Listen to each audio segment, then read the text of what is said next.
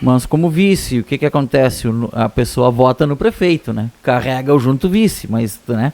E isso aí pode também ter desacostumado o eleitor a votar em ti um pouco, né? Não, com certeza, muitas famílias que eu chegava diziam assim, não, mas tu me perdoa, mas agora eu tô com o fulano. Claro, Eu acostumou a votar no outro vereador. Faz 2 mandatos que a família inteira vota no fulano, por isso ou por aquilo, né?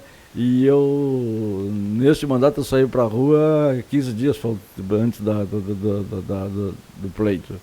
15, 20 dias. E saí eu e mais 2 outras pessoas. Eu não quis montar uma equipe, porque na verdade eu queria fazer um teste. Eu queria saber até onde ia a vontade das pessoas em me ter de novo lá na Casa Legislativa, até onde estava o meu acervo político, entendeu? Claro. Então eu não tinha, se me elegesse, me elegi, poderia ter eleito qualquer um dos meus companheiros, eu teria ficado muito feliz. E aqui eu agradeço a todos os que vieram comigo no União Brasil, porque nós formamos o partido 10 dias antes de fechar a janela. Ah, é? 10 dias antes de fechar a janela. E veio... Nós tínhamos praticamente um time, nós tínhamos 18 pessoas para concorrer.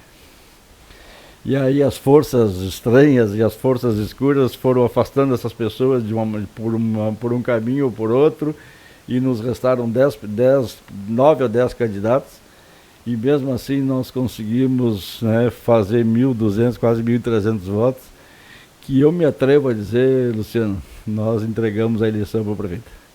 Porque se nós tivéssemos caminhado para um outro lado, o prefeito ganhou por 700 e pouco, não chegou a 800 votos. Ah, entendi tua conta. Nós tínhamos entregado a eleição para o outro lado.